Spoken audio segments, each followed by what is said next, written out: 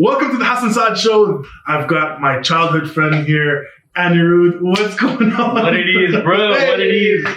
So, Anirudh, the director of a family-run business, Ajanta Jewellery, well-known for one of the first jewelry shops in Abu Dhabi, and we're going to talk about jewelry, we're going to talk about life growing up here, and a lot of great things, so you stay tuned.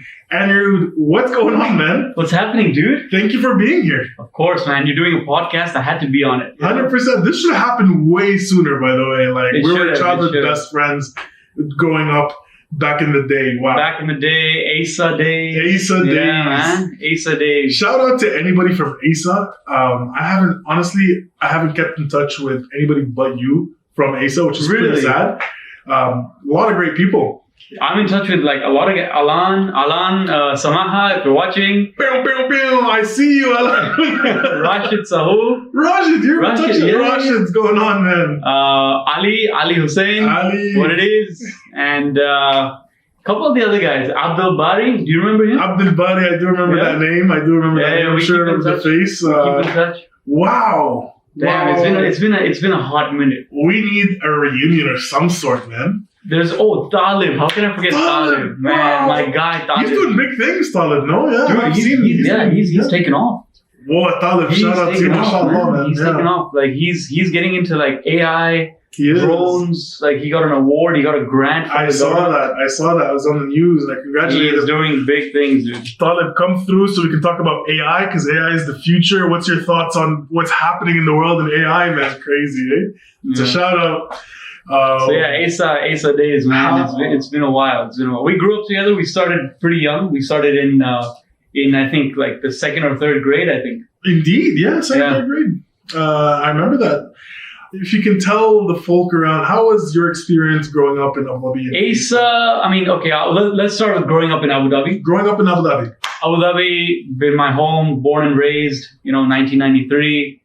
The family's been here since 1968. Wow. So yeah, my grandfather came here in 1968 from Kuwait. From Kuwait. Just in context, like when was UAE established as a UAE? So UAE was established in 1971. 1971. Your grandpa should be localized. I mean, we should have, but it's all right. It is what it is. It is what it is.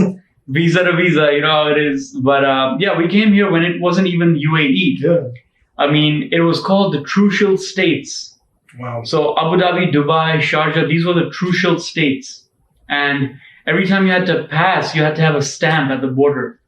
So that's how it was back in the day. Wow. So going from like Abu Dhabi to Dubai, you needed a stamp. You needed a stamp. And way before my time. Way before anyone's time. Really? 1968. And then, yeah, they set up, my grandfather set up a business with his 5 brothers. What was Ajanta Jewelers. What is till this day Ajanta Jewelers. Started on the shores of, Abu Dhabi, Khalifa Street first. Wow. Then it went to Hamdan Street where we set up base for good.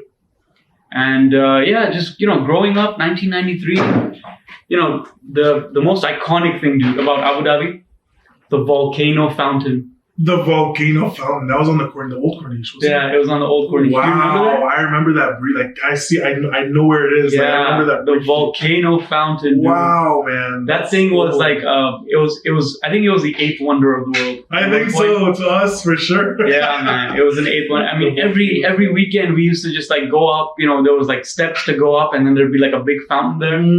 And, they'd have these ice cream sellers and treat guys. You just like you go up, you chill out by the fountain, you have an ice cream with your family, and it was a good day. It was a good day. It was a good day. I used to be around Adnoc, if you remember the old Adnoc compound.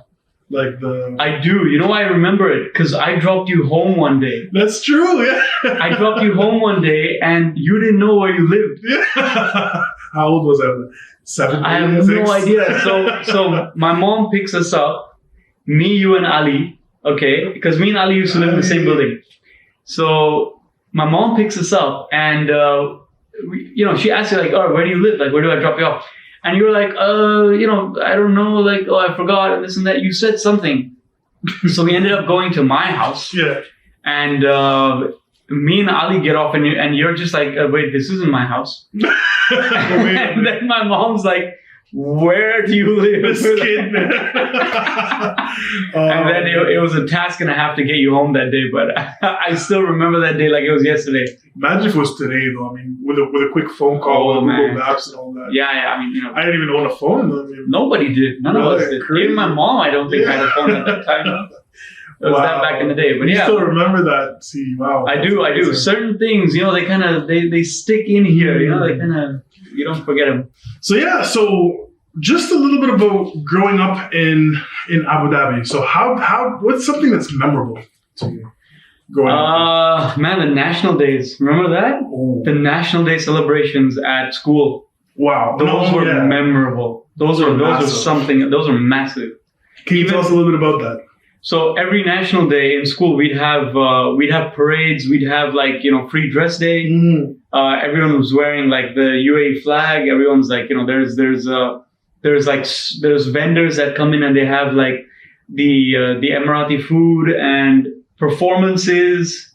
There was like, the boys would do their traditional dance and everything, and it was just a fun day. The girls with the hair. Yeah, girls with the hair and stuff. It was just a fun day. Like it's just everyone was in kandoras and everyone was wearing the national day colors. Right. And we just it was games and parades and just colors, flags, like the whole jing bang. 100%. And I think that was one of the most memorable things about growing up in Abu Dhabi is the national days. Yeah. Man, do I have a funny story. So my first one of the national days at ASA, and I had to go buy a kandora. So of course I go with my pops and we go and try to find the kandora. And we go everywhere. Like where we went? We went to I think it was Medina Zayed. Medina Zayed, I think. And we went around. Medina Zayed is like this little shopping hub. It's not a hole in the wall, but it's like a hole in the wall. Yeah, but it's huge. Yeah, it's a huge hole in the wall. Huge hole in the wall. It's like a big hole in the wall. It's where you find you find a lot of stuff, like a variety of things, like good quality, bad quality, anything you name. Anything, whatever you want. It's all you find an iPhone and a chainsaw in the same store. Honestly, it's like the concept of like pawn shops, but not really. Yeah. But kind of like similar. So anyways, we pick this one thing out. I like it. I put it on. It fits. And I go to school with it. And everybody starts laughing. Well, all the locals starts laughing. Because why? I'm wearing a pajama. I'm wearing like a local pajama. And here I am thinking I'm cool and I'm wearing a kandora. It turns out to be a pajama and people are laughing. It's like, yo, did this guy just wake up or something? Shout out to my pops. Yeah, we didn't know, I guess. And the guy was, he took you for a ride. Took us for a ride, that's for sure. Yeah, kandora. Yeah. How much? $100. Yeah, man. That's funny. Yeah, man. So, and not only that, remember growing up, especially if you're living around the Khaldiya area, like the corniche during the celebrations. Oh man, that happened up till a few years ago when they banned the revving and the exhaust blowout. Yeah, and pops. So dude, we've lived in Khaldiya for the last 18 years now. Right. Every national day is the same thing until the rule came out. Yeah. We wouldn't sleep until like maybe 2 or 3, maybe 4 in the morning sometimes. Because these cars are just like, they're going crazy and there's so much tire smoke and, debris on the road. People with those canned silly strings. The silly strings. And if you parked anywhere on the road, on the parking on the main road, your car's finished. Your car's turning silly. Yeah, it's like it was a car washes loved National Day. Oh, for sure. That's where they made a lot of money. That's where they made a lot of money. The stickers and the flags that they put on. But so every National Day, all the and the pops and everything was, oh man, it was loud. Just to give you guys a context, so National Day, so that's on the 2nd, so the 1st and 2nd of December. 2nd of December. 2nd of December is the National Day itself, but the celebration is usually 1st, 2nd, and 3rd, I think. Yeah, but 1st and 2nd, and then 3rd, they carry over to the 3rd. Yeah. And I think now, the day before is Martyrs Day. And Martyrs Day. Yeah, that's where things are chill a little bit. Yeah, that's where things are chill out. But then National Day comes through, and usually what used to happen, they put a law to kind of stop that. But what used to happen, everybody would go majority of people would go rev their cars. No, they'd modify their cars. Tune their cars first. Yeah, they modify the cars, beef up the exhaust. Yep.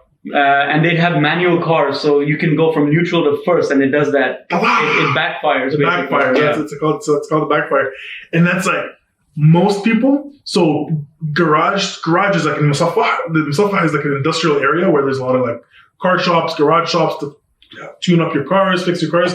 Everything gets fully booked during that time. Weeks in advance. So imagine if your car breaks down and you're trying to fix it during that time. Good luck. It really stops everything. Yeah. And they go out, they put stickers on their cars, and like it's just the people compete with who has the coolest looking stickers, and that's good. Like that's fun. That's good for people to see. But the revving and the noise, man, the noise pollution, man, I think I understand why the cops made the rule, because it was like after a while it just became a nuisance to everyone. Yeah, it was too much. The cleaning, the aftermath, there's skid marks all over the roads, man. There's people doing burnouts. Yeah, that's hard to get out. And I don't don't blame them. I don't blame them. I don't blame them. It is a big car culture. Dude, UAE is a big car culture. People love their cars out here. Me included. I love my car. So what'd you drive?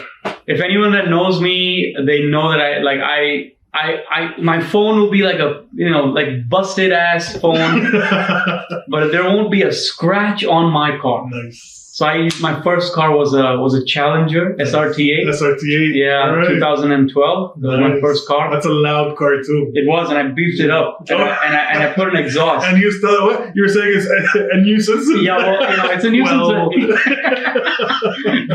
Yeah, So it's me, not them. Yeah, it's me, not them. Yeah, double standards and all that.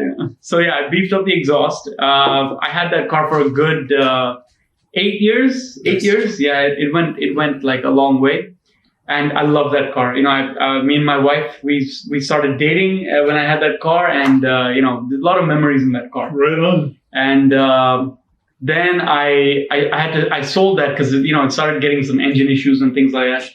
Now I drive a Cadillac CTS-V. CTS-V, that's another very fast car. It's a very fast car, actually. Yeah. It is. It's a 6.2-liter supercharged. Nice. So, and I beefed up the exhaust in that as well. But it's a nuisance. But hey, you know what? Yeah, but hey, they took my car away. So, really? Yeah, they did. They impounded my car. Too loud? Yeah, too loud. Wow. And I got caught.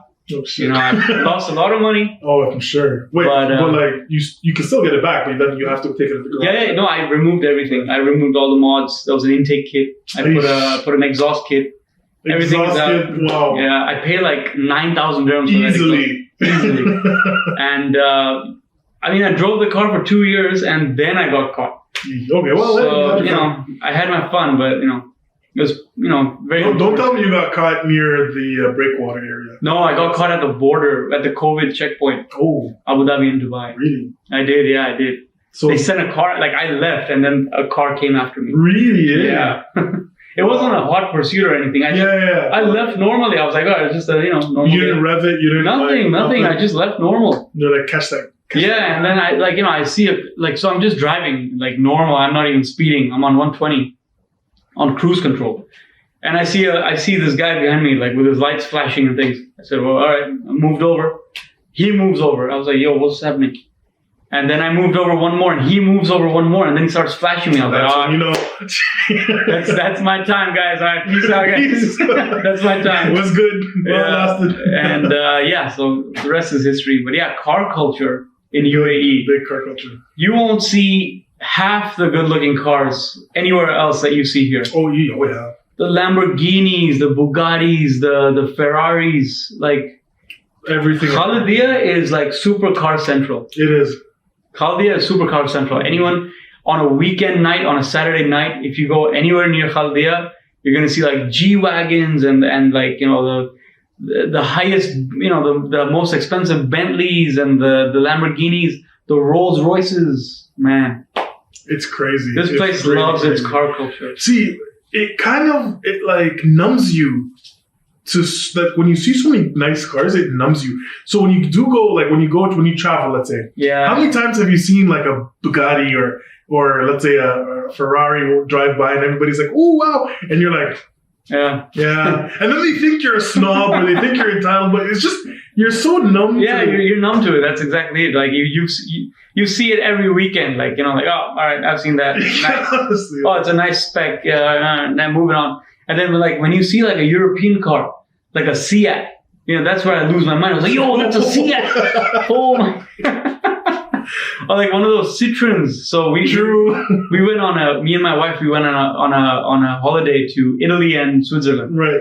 So when we were in Switzerland, we rented this Citroen. Okay. Yeah. And it was like a compact SUV. Isn't that French though? Isn't it? Citroen's a French car. It was a plug-in hybrid. Okay. And it was my first ever experience with a semi-electric car. Right. I lost my mind. Yeah. I was like, this is the best car that on God's green earth. This is the best car. So comfortable. And we drove it everywhere. I used to plug it in. Even though it's full, I used to just plug it in just just because it looks cool. It's just the experience. Yeah, it's just the experience of plugging in a car. 100%. Wow, yeah. But back to UAE. What do you think is the most memorable? Like, what do you think? What do you remember? Because you went away for a while. I did, yeah. I went to Canada and I came back. But honestly, my most memorable experience would be the compound, the ADNOC compound. It's just, it was very safe for us. And going to Marina Mall, for some reason, Marina Mall was very memorable. It was the first mall. It was the first mall. It was the first mall in Abu Dhabi, and everyone was there. Like, it was just, what are you doing? Nothing. Marina Mall. Let's trip to Marina Mall. Yeah. We still do that. Yeah, honestly, 100%. The first thing I did take Alex when she came was Marina Mall. The first mall I took her to, I'm like, yo, you gotta experience Marina Mall. Marina Mall, it's a vibe. It's a vibe. 100%. It's a vibe. So I remember Marina Mall going to Carrefour because it was the first of its Carrefour was opening up. And you remember how full it used to be? Oh man, crazy. Dude, you had to wait like at least half an hour in the checkout lines. Easily. Like if you're with parents, they'll be like, all right, you wait in line and then we'll get the bread and the milk and we'll be right back. You just wait. And then you wait and then like slowly it's your turn and you're like wondering, where's the money? Where's mom? Where is it? Our parents created anxiety in us from day one. And that lady's just like, beep, beep, beep, beep. I was like, yo, calm down, like, relax. And you don't know what to do. You don't know what to do. Mom, Dad, you know why I'm anxious? Yeah. That's exactly. I think we all passed through that. I'm sure every kid passed. If you didn't have a childhood, I think so. Yeah. Every kid went through that anxiety of like, it's my turn now. It's my turn. Where's the money? Yeah. You were saying Marina Mall. Marina Mall and ADNOC, like that. Growing up in that area, we had a little park. We had a cinema. We had events happening all the time. Being next to the Corniche, we had Hilton and Hiltonia, and ADNOC people had access to Hiltonia, which is crazy. Yeah, they did. So I think growing up in that area was just very memorable to us. UAE, man, like growing up here it's different.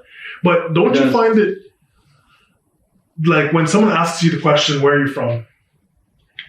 Well, isn't it difficult? It's difficult, man, because when I'm here, I say, I'm from India. Yeah. But like, I'm born and raised here. That's the thing. And but I'll always be like, where are you from? Oh yeah, Indian. Okay, Indian national. And then when I go to India and I was like, yo, where are you from? And they're like, I'm from Abu Dhabi. Like, okay, you when you come here, you say you're from there. And when you go there, you say you're from here. Like, you don't belong anywhere. Like, where are you? Where are you? Who are you? It's an identity crisis. Yo, who am I? Honestly, that's the same thing I feel because I'm Egyptian and I'm Canadian. Yeah, you're a mix of both, and you live here. And I live here, so I was born in Egypt actually, but raised here and also part in Canada. So when someone asks me where are you from, it's like, well, I'm Egyptian, but I've never lived in Egypt. I'm from the UAE, like I was raised here predominantly, but I can't say I'm from the UAE. Yeah. And then I'm Canadian, but I'm not really Canadian, so it's like, ugh. It's not just us, man. A lot of kids have this. A lot of kids that, that came here okay, if you're here for a while and then you go back to, it's kind of harsh to say, but when you go back where you came from,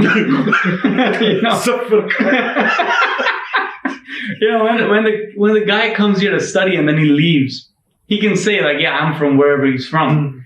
But for people like us that live here, this is our, like, someone says, oh, where's home? Like, this is home. This is, yeah. Dude, this is home. Like, I don't see myself living anywhere else for that matter. Right. People say, oh, you never thought about living in India? It's so great, this and that. I was like, no, man. This is where it's at. Like, everything is here. My business is here. I met my wife here. I got married here. Right. Did my schooling here.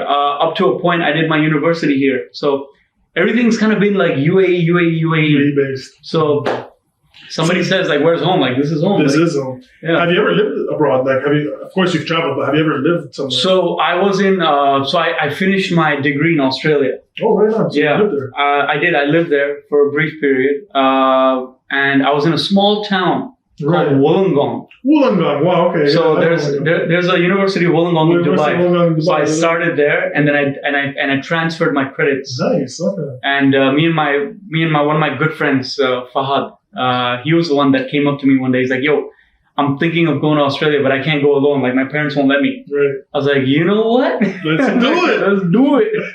And the rest is history. So I lived like, it's south of Sydney. Right. So New South Wales. Right. So I was there for a brief period, like a good year. So what was the difference between living there and here? Dude, over here you're so spoiled for everything. Oh, yeah. You're spoiled for laundry, food, entertainment, transportation, which I found was like a big, like you take it for granted here because you go down and it's like 10 cabs waiting for you. But in Australia, to take a taxi is like a luxury. Wow. Like each taxi ride, no matter how like near or far it was, the flag fall was $20. Expensive. That was expensive for a college kid. That's expensive. 100%. And $20 is like, it's like food money for the day. Oh, for sure. And to go anywhere, you'd have to like really plan, like walk around. You take a cycle or you take the bus. The bus was the biggest mode of transport for like all college kids. Easily. And out here, it's like, one phone call, your laundry's done, your food is ready, your, entertainment is like easy. Like kings and queens here. Yeah, like kings and queens. But in Australia, it was a different story. I learned how to do everything my way. Whether it was laundry, cleaning up, making food. I never cooked. Right. The most I did was like, cut up some fruits for myself. Right. I never learned how to cook. And I wish I did, but like, Right. My wife is a chef now, so I don't have to worry about it. So, and it's a big difference. It's a big difference. Well, yeah, it's a big difference. Yeah, I felt the same. Yeah, the same in Canada, right? Yeah, Canada was an eye opener, especially when I moved to the university alone. My pops literally just dropped me off. And he's like, "All right, son, see ya. It's all you. Peace." Peace. And I remember I had my handbag, and I was like, "Okay, what to do now? What?" And then bills, bank, utility, this, laundry, cooking, food, and like everything just all at once, and you have to pick it up and run.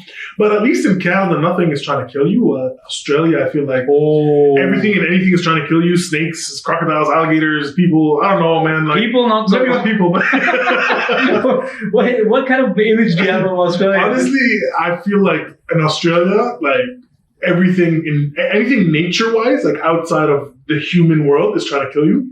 Well, jellyfish, you're not wrong. I mean, we used to have these lizards in our dorms. Oh my gosh. Big lizards, like 2 feet long, just running around, and it didn't faze us. They were like, all right, hey, there's Joe right there. Like, Joe. We named them at one point, like, yo, hey, Philip, where are you going? Philip, come back. But yeah, spiders. Yeah, I think I got over my fear of insects in Australia. Yes, I'm sure. It's like the same thing with cars here. We're numb to the cars. I'm sure you're numb to like all the dangers of. Yeah, I mean, there was a night. I remember this evening. Me and my friend, we were just walking, getting some food, and it was a dark road, and my friend just suddenly turns on his light on his phone just to see where we're walking, because it's pitch black. We couldn't see where we're going. And out of nowhere, in the middle of the road, there was like a baby snake coiled up just in the middle of the road. And if we didn't turn on our lights, we would have stepped on it. Probably. I mean, I don't know how venomous it was. Probably venomous. I don't even know what type of snake it was. But still, you don't want to take your chances in Australia. Yeah, you don't want to take your chances, man. You don't. Well, I know. I hear Australia is beautiful. Anybody who's listening from Australia, oh man, Australia is something else. Something else, man. The countryside and the cliffs. Oh man, the drives. I'm sure you can take a car and just keep driving, and it's a never-ending it's a spectacle. 100%.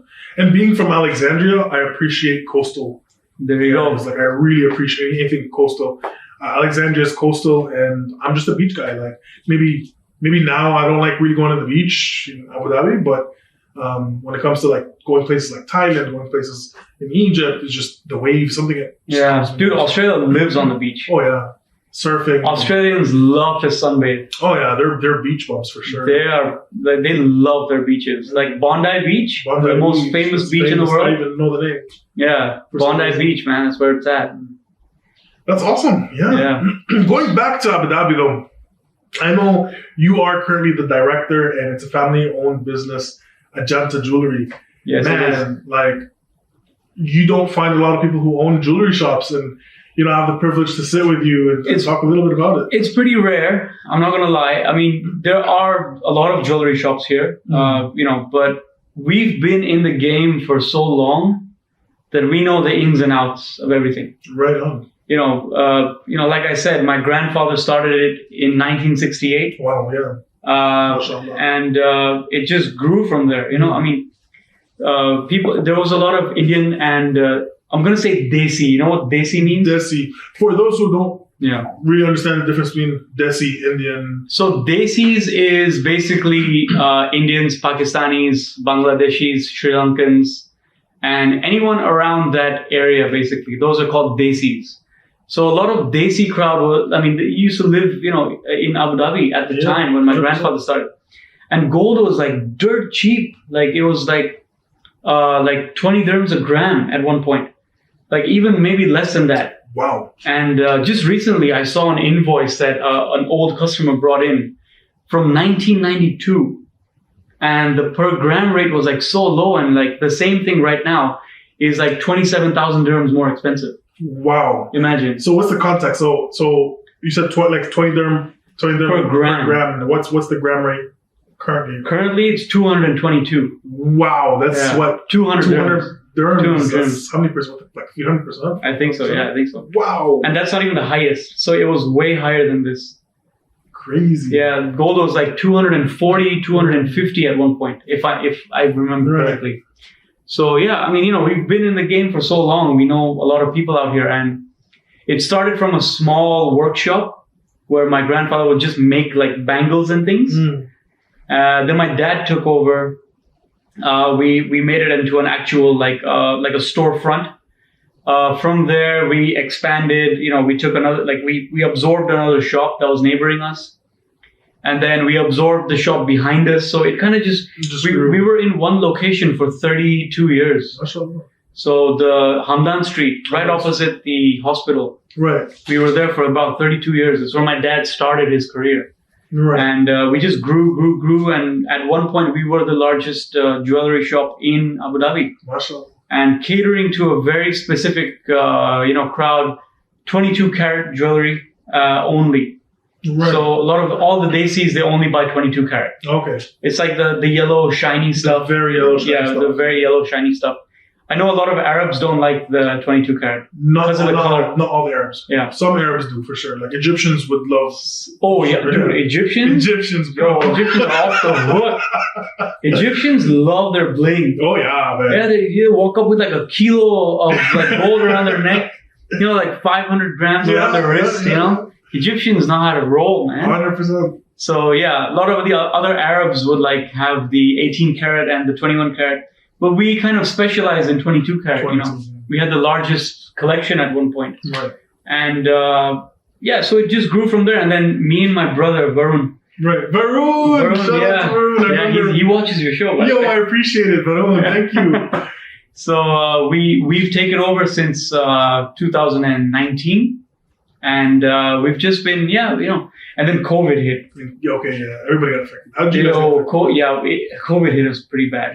Yeah, we had to move locations. Okay. Yeah, it just got to a point where it wasn't feasible anymore, and after 32 years. Yeah. How'd that feel? Dude, it was tough, man. Wow. I've never seen my dad go through this kind of,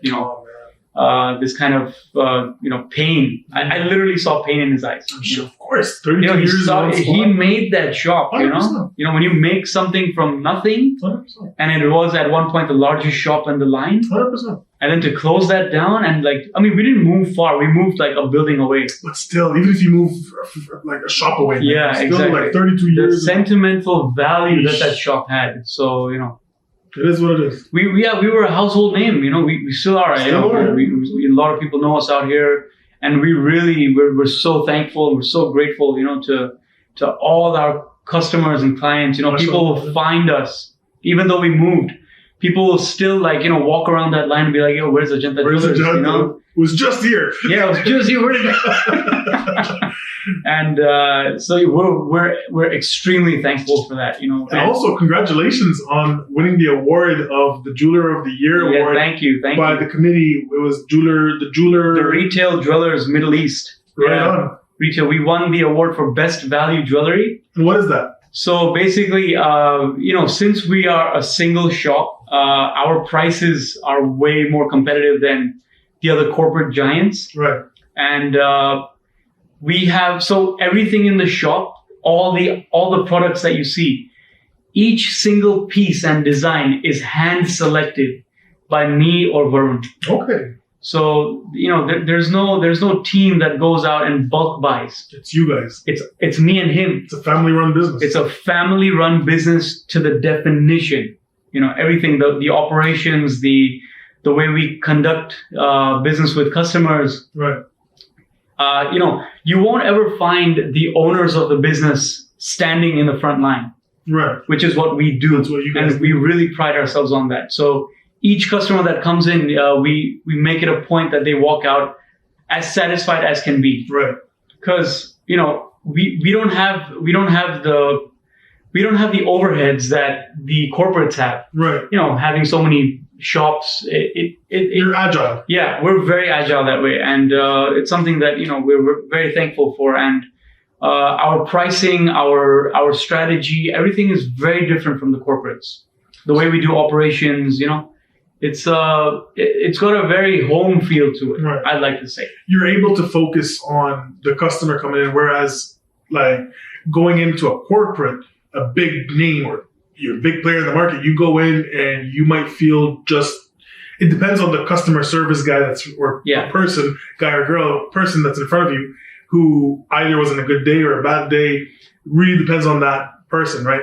And the training that they have given that person. So if that person's on a good mood, you're not going to walk out. Really don't like the big name where you usually focus on, you're just another invoice.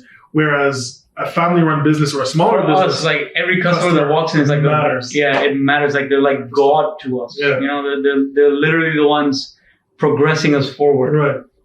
Every customer that comes in and you're able to focus on. Yeah, even though there's been times where like literally there's been times where I'm making a loss on something, but just to make sure the customer is like satisfied, I'll go ahead with it. Right on. Like it doesn't matter. Like Do you guys do any CSR, any philanthropic? Sorry. We do. In our own way, we support a lot of the communities out here. Right on. We have a school back home in India. Okay. It's a free for all school. Really? From it's in the village where my grandfather grew up. Nice. Okay, there's a sentimental. So yeah, there is, and we went to it a couple of years ago. Right on. And so we have a school there. We have we have a temple. Nice. In the same city. Wow. And children's hospitals, things like that. I don't want to toot my own horn, but No, hey, toot, man. It's like we are what we are because of the people, and you have to give something back to the community. For sure. So we're very grateful that we have the chance to do that, you know. That's amazing. And during COVID, so a lot of people were stuck here, right, that had families back home. So my dad actually was a part of the Vande Mataram mission. What's that? In which we arranged the flights for people to go back. Very nice. Okay. So, you know, he was recognized by the embassy. You know, he was recognized for his efforts and everything. Right. So, you know, giving back to the community is a major role in our lives. 100%. You know, something that we take very seriously, and we don't say no to anyone. Like, you know, there's been times where people are stuck here, stranded, abandoned, and we've gathered up the funds to send them back, or, you know, at least give them the tools to start their own businesses back home. Right. And so that they can, just live their lives. That's amazing. You know. And guys, that's why you should always support your local businesses, local artists, because you don't hear that from, I'm not assuming, of course, I'm sure big companies as well do it, but you hear it a lot more from smaller businesses, because they're able to give back to the community. They're agile. Exactly. Support your local business. You're not only supporting local businesses, but you're supporting local families. And local families. You know, like I've always said this, support local businesses. You know, if I have to get my suits made, I don't go to like a big brand. I go to like the tailor shop. You're supporting that guy. You're supporting that guy. You're supporting his family. Exactly. Or her family. Exactly. 100%. Support local businesses all the way, all day, every day. That's one thing. That's one thing I always, tell myself. That's awesome. So, what's a day in the life of a director of Ajanta or jewelry store? So, Ajanta. I wake up at 4:30 in the morning. No, I'm kidding. I'm like, my wife is watching this. Like, no, you don't. Tell me more. So I wake up at 4 in the morning. I cook breakfast for the family. No, you don't. I have 6 kids. So we start the day pretty late as compared to the other guys, but we end our nights very late. Okay. So I get up at around 8:30. Mm-hmm. I like to say I get up at 8:30. Wife is watching. Yeah, wife is watching. Well, she knows. And I hit the snooze button about 15 times. And so we're out of the house by like 9:45, 10. We reach the shop around 10:15-ish. And so from 10 till 1, we're operating our normal hours. And then we take a lunch break, which this pattern has been going on since my grandfather's time, where we close the shop at 1 p.m. and everyone, including the staff, goes home, has lunch, takes a nap in the afternoon or whatever they want to do. Yeah. And then we reopen at 4:30 p.m. Oh, wow, okay. So we reopen at 4:30 p.m. and then we pull all the way until 10:30. Wow. Yeah. So we end our nights pretty late. Nice. We get home by maybe like 11, have our dinner by 11. Cool. And that's it. So let's step away from the work and step into your hobbies, because I saw a post. DJ Annie? Is it DJ Annie, right? It's DJ Annie since day one. Hey. Day one. Nobody seems to understand that. They just call me by my full name, but It is DJ Annie. You know, I know it's a girl's name, but I stuck with it ever since. 100%. And the first event actually that I DJ'd was in school.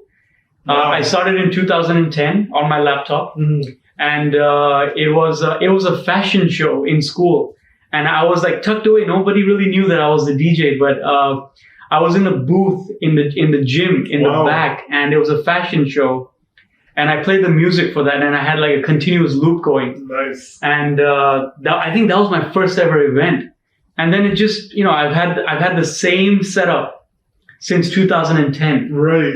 And I've just run with it. Even no matter how big the event, I've just used my same setup. And yeah, 2023 I've picked it up even more now. How many events do you do on a weekly, monthly, yearly? I'd say monthly, maybe 2. Nice. Okay. Yeah, 2 in a month. So so Holi is going on right now. Right. Yeah. Which is an Indian festival where you like throw colors. Holi. Yeah, Holi is going on, and so I had an event last week, and I have one coming up on the 4th. Nice. So that's a pretty big event.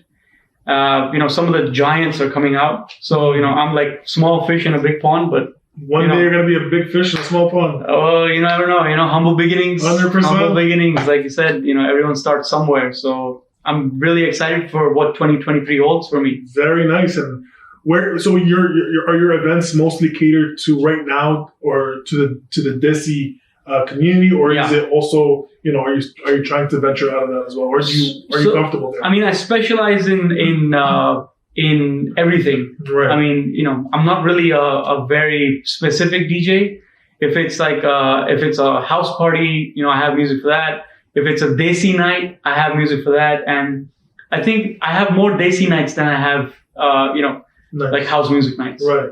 So that keeps me going. Nice. And the Desi crowd, it's fun to see people. 100%. I've partied the Desi crowd. Man, you do not stop jumping. You don't stop sweating. You don't stop having fun. That's all I know. Yeah, that's it. That's crazy. It. Desi crowd, man. You guys are crazy. Too much for me. Yeah. So I'm gonna upgrade my set. Nice. Obviously, it's about time. After about 13 years, amazing. Something has to change, right? What would you tell someone, like, honestly, trying to start anything, podcast or DJing, or what would you tell them? Like, what was something? It took me a while to get it. Right. It took me a while to get going. I had a lot of self-doubt. Right.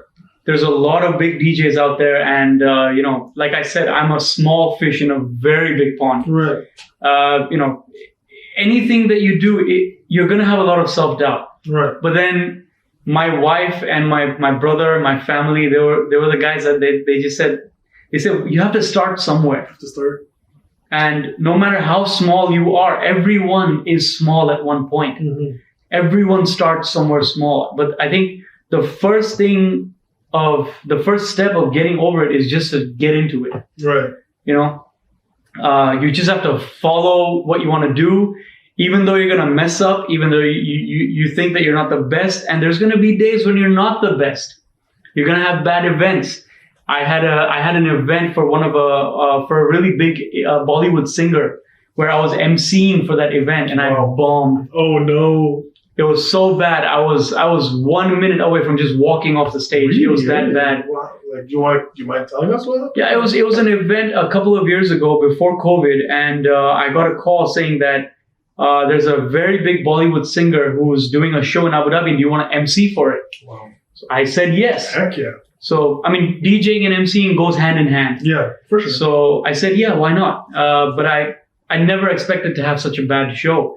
My words were fumbling. I don't have stage fright. I'm the type of person, if you put on a stage in front of a mic, I'll go for hours. Like, I can just talk about anything. 100%. But something, my stars weren't aligned or something on that day. And, I bombed that show, and I'm never gonna forget that. Yeah. But that is what keeps me going. You know what I mean? Like, you're gonna bomb. You're gonna have to somewhere. 100%. Yeah, that's how you learn. You learn from your failures and bomb fast. Like, fail and fail quickly. So the event that I just did last week, I had a lot of self-doubt because I was pairing up with a legend DJ in Abu Dhabi. He's been DJing for years. He's a Desi legend, DJ Rudy. Wow, okay. And I was paired up with him, and I thought to myself, I'm up against a legend. Like, how am I going to perform? But then I just did it. Like, once I'm on stage, I forget everything and I just do it. And I don't care about how big the other guy is. I'm just in my zone. And I love doing it. You'll see me jumping around, dancing around, and, put on a show. Yeah, you put on a show and you're in a different mindset. So I think that, if anybody who's watching, you want to get into something, the first step is just to, put your mind at it and just start. Take the first step and just, build that first step to whatever you want to do, whether it's being an artist, being a singer, being anything for that matter, whatever you want to do. These are all hobbies, Right. I know it's not going to pay my bills. Yeah. It's not going to pay my rent, Mm-hmm. but I mean, it's something to keep my mind, awake, active, refreshed. Stress relief. That's the biggest thing. Yeah, it's tough times right now. 100%. So, stress relief is one of the biggest things. I couldn't agree more, man. Like, starting this podcast, guys, first of all, for anyone still listening, thank you very much. If you stuck around this long, honestly, thank you. But starting this podcast, I have the same mentality, man. I wrote it down, and I'm like, I promised myself that I'm going to start in February. And I did. And I just started. I had no clue what to do. I had my gear still to today is the same gear, but it's humble beginnings. Humble beginnings, dude. And on the first episode, if you watch me on the first episode, I'm like moaning about my setup and, I don't know what I'm talking about, but I started and I promised myself. And then from there, I realized, you know what, I can do this. Yeah. So I bombed the first episode, but then the second, third, fourth, fifth, and here we are on the seventh episode. Chilling with your cats. Chilling with the cats. You guys know Mochi and Mango now by far, I'm sure. So yeah. Yo, but keep it up, man. Thank you. There's a lot of people that watch. I appreciate Trust it. me. I appreciate it. You got to keep it up. Like, it's something you have to just stick with. You have to trust yourself. You have to trust the process. Trust the process. Trust the process. I think that's my biggest, life lesson. Trust the process, 100%. Where can we find you, DJ Annie? How can we find you? I'm on Instagram. I'm on Instagram. That's the biggest place I am. 2023 is where I think I'm going to start my DJ career very publicly. Okay. Although I've been doing it for 13 years, right. but I never went public with it. Right. So this will be the year that I go public with it. So my, my Instagram handle, Anirudh Patni, you can find me on there. I'll put in the link down in the description for sure. And let me know if you have any events. Hey. I cater to all, any and all. 100%. So I'll definitely leave the link. Is there also, so you're going to use your same page, right? You're not going to venture off to another page? No, I think I'm going to stick to my same page. Yeah. Don't cannibalize. No. It's just better to keep one page for everything. Mm-hmm. My cat loves you, man. Yeah, man. She's just been chilling. I don't know if you guys can see. She's just chilling on Anirudh, and she never does that to me anymore. She does it to my wife, but never to me. I don't know why. And she's just chilling on Anirudh. I think she knows me from a previous life. Probably. Mango, though. So I have two cats, Mochi and Mango. Mango's a little scaredy cat. She's not going to talk to. But that's a beautiful looking cat. Thank you. You hear that? Anyways, Hassan, it's been an absolute pleasure. 100%. Thank you very much. It was good to catching up and just, refreshing old memories. 100%. Yeah. 100%. I'm going to leave all the links in the description below. Don't forget to check out Ajanta Jewelleries for all your jewelry needs. DJ Annie for all your party needs. Is there anything else? That's all, man. That's all. Now, get out of here. Take care, guys. Thank you for watching the Hassan Saad Show. If you want to support this channel, don't forget to like, subscribe, and hit the bell icon so whenever I upload, you'll get notified.